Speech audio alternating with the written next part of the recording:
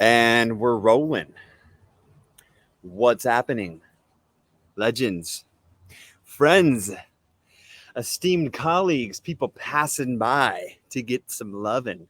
Today, your loving is coming in the form of 3 fitness hacks to bust through your plateaus. Because it's like mid to late January, and statistics show that the majority of you who made fitness resolutions have already fallen off. Now, I don't want you to just be another statistic. So let's get you past what you probably found along your way. And that something is called a plateau. Okay? Plateau, by definition, is flattening out. You might have been making some immediate progress and then you flattened out. What happened? Today is not that conversation of what happened, but if you were here and listening, then this is for you. What got you there and on the plateau? Reach out. We can dive into what it might have actually been, because we should get that shit out of the way as well. But today we're gonna find a way to get you off. And now this is obviously not an exhaustive list. 3 fitness hacks is by no means all of the wizardry that I could give you to help you off the plateau and to continue on your journey. However, this is my list of what my checklist that I run through with my clients when they come to me like, Rocky, things have stopped, things are slowing down. And I'm going to first say that that's natural, that's cyclical. The body is looking for a new homeostasis, it's looking for a new neutral. If you've been overweight or you've been uncomfortable, and you start making progress, great. Your body's going to find a new set point. Okay. So if it's there, if it's at a new comfort zone, great. And now if we're trying to get it past there, or if you're just I can't get momentum at all, then try these 3 hacks. Okay. I'm going to run through them real quick for you, and then we're going to dive into each one in a little bit more depth. All right. So number 1, tempo. Change your tempo. All I hear all the time in this industry is how many sets, how many reps. That will determine how much weight. Okay. And really the forgotten and really one of the most important acute variables of your fitness program and what might get you off of your plateau is change the tempo. Okay. We'll get into that in a second. Number 2, stack your EPOCs. Some of you just went what? Huh? You speaking English? I'll break down what that means. EPOC is a term that stands for excess post-exercise oxygen consumption. All right? You don't need to know all that. Essentially, it is the level in which you stay at an elevated metabolism following your workout, okay? So if we can stack those EPOCs, I'm going to teach you how to do that a little bit, okay? And the last one, morning burnouts. Sounds like fun. Okay, and then if you stick around for it, I'm gonna throw in one super hack at the end. And honestly, it is the strongest of all of them. But we'll cross that bridge when we get there. You are here for these 3 hacks, though. Starting with number 1. Okay, tempo. Normally, if nobody tells you anything, what I see is okay, you're on a bench press, you're 1, yeah, 1, oh, ah, it's kind of just up and down or back and forth, right?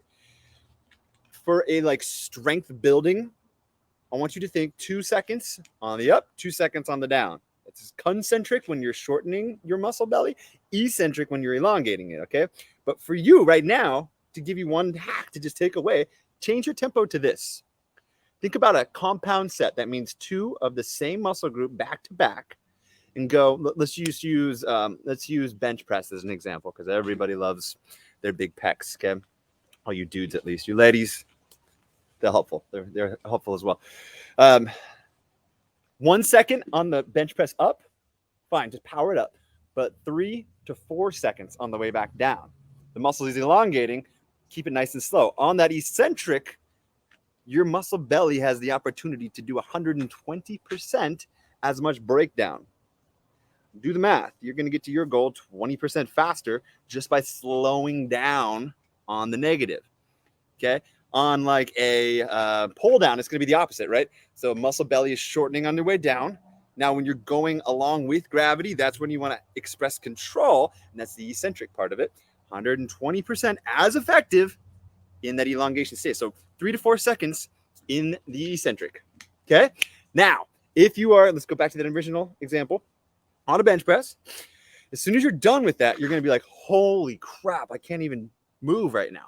Immediately, then, I want you to grab like a band or drop to your knees in push-up position and do something as explosive as possible for the same muscle group, for chest, until burnout.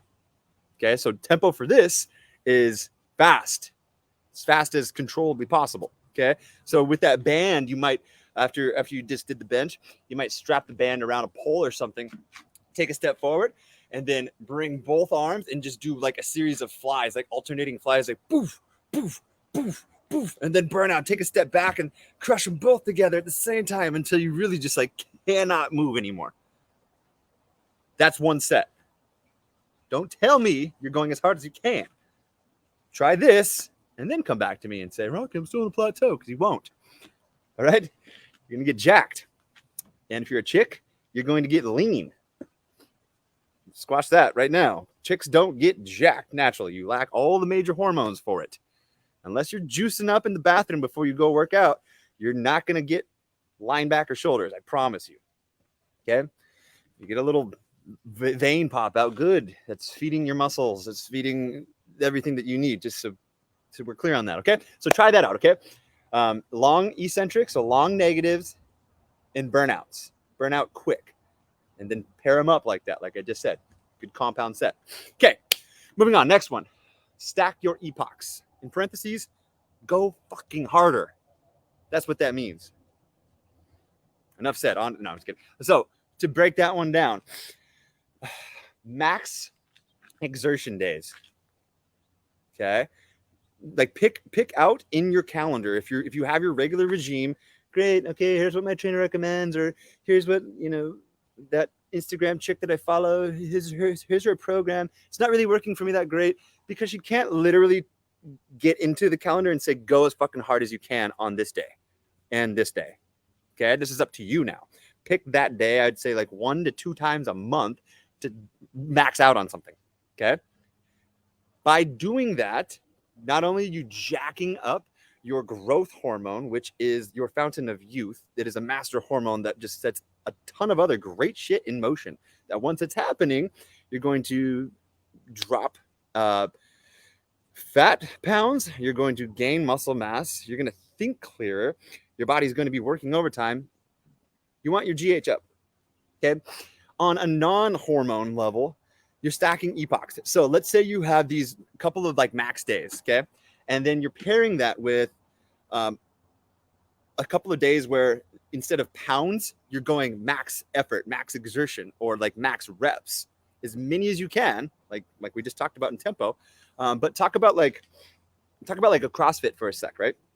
Yeah, they promote a lot of bad shit, and they get people can get injured if they go in too quickly. But the good thing about it is it jacks up your excess post-exercise oxygen consumption, your EPOC. After every class, when you're lying on the floor in a puddle of your own sweat, wondering what the hell just happened, your heart rate is through the roof, your blood pressure is higher, all of your fat-burning hormones are jacked up, and it stays that way. Now, if you jack it up high enough, it can stay for up to 72 hours. Yes, the effectiveness of your workout today can still be working for you 3 days later. So when I say stack your EPOCs, now the next day, you're already still in elevated state. You go work out again, maybe not as hard, maybe. And now you're like compiling. So if you were doing like this much, and then you added that first workout, great. Now you're already at this level when you go hit the next workout, and now you're even here. And then if you took a rest day, which you should, now you have like 1, 2 full days where your body is still in like workout metabolism mode. Okay, so stack that shit up. Like, take breaks, but go hard in between. Go hard more regularly. Stack your EPOCs. Okay? got that down. Beast mode. You got it in you. Next, morning burnouts. So this is still kind of like, if you recognize, these are all kind of working in conjunction here. Morning burnouts. Get up out of bed and burn out. Sounds terrible, I know, but if you're really serious about getting off this plateau, then knock out as many push-ups as you can. And then when you're like done, drop to the knees, do a few more. Okay? And then when you're still done, like drop into like upward facing dog and knock out just a couple more. And what you just done is jack your testosterone through the roof, and then you go start your day. So again, you're creating even more EPOC, your metabolism jacking up, you're filling your muscle belly up, and then you're going to live life. But if you do that regularly, if you just add that as a part of your routine, even if it's not till burnout, just doing that first thing or like one of the first things in the morning, riddle me this, like that's for the same reason why people say eat a breakfast. You're going to start your metabolism up and you're going to like rev it up. So at least for the next few hours, you're going to be burning. And I guarantee you're going to have a lot more energy throughout the day too. You're going to be calling me like, bro, Rocky, I was so much effective at work. I got so much shit done. Thanks. I'm so glad I did all those push-ups this morning. I'm going to do squats tomorrow morning. Yeah. No, yeah, I'm going to do sit-ups after that. Yeah, no, thanks. Click. And I'll be like, you're welcome. All right. So do something in the morning. Now, to do something effectively in the morning, and this is what's going to lead us into the fourth and final. I know I said 3, but if you're still here, then this is for you because it is the most effective part of all of this. In short, I'm not going to sum it up. In short, eat less. In short, don't eat. This is not me advocating to go get an eating disorder. No, this is me saying your body is built to survive, to heal, to thrive. Give it a chance to show you what it's got.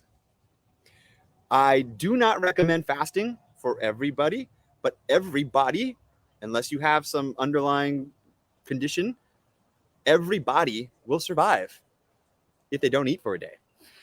Everybody will survive if they don't eat for 18 hours. Will it be comfortable? Absolutely not. And if it's your first time, then I suggest tapering down first. And what I want you to taper down are your carbohydrates. Okay? When someone asks me about like intermittent fasting or like wanting to get on a fasting protocol, I don't usually entertain the thought until I've taken them through a series of gaining metabolic flexibility.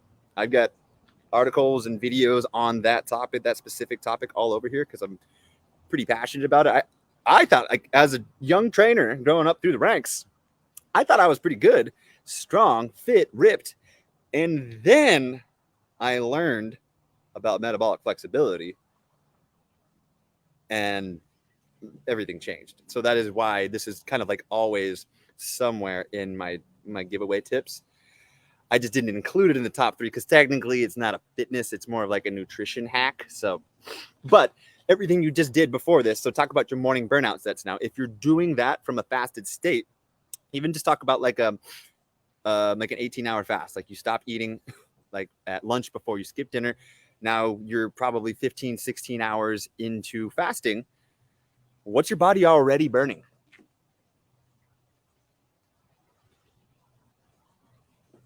Fat. Okay. And if you've taught it how to not rely fully on carbohydrates, on glucose, and that's the tapering down part that I'm talking to you about. If you can do that first, it's going to be a lot easier. The hanger won't set in nearly as bad. The ghrelin in your body and your stomach, oh, feed me, that will shut up, and you can actually just like enjoy the mental clarity, the cognitive function, the like freedom and like high energy that you're going to get from being in a keto state. Okay. There are other ways to get there, like the keto diet and like the like fasting mimicking type diets. Great. But a lot of those, and they are like, I prescribe those often. If you are just doing that though, you're only just eating gobs of fat and never really and no carbs, like, or very minimal carbs.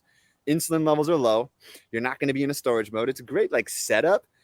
We have to remember our bodies are not just like machines that we can feed something and get a result after.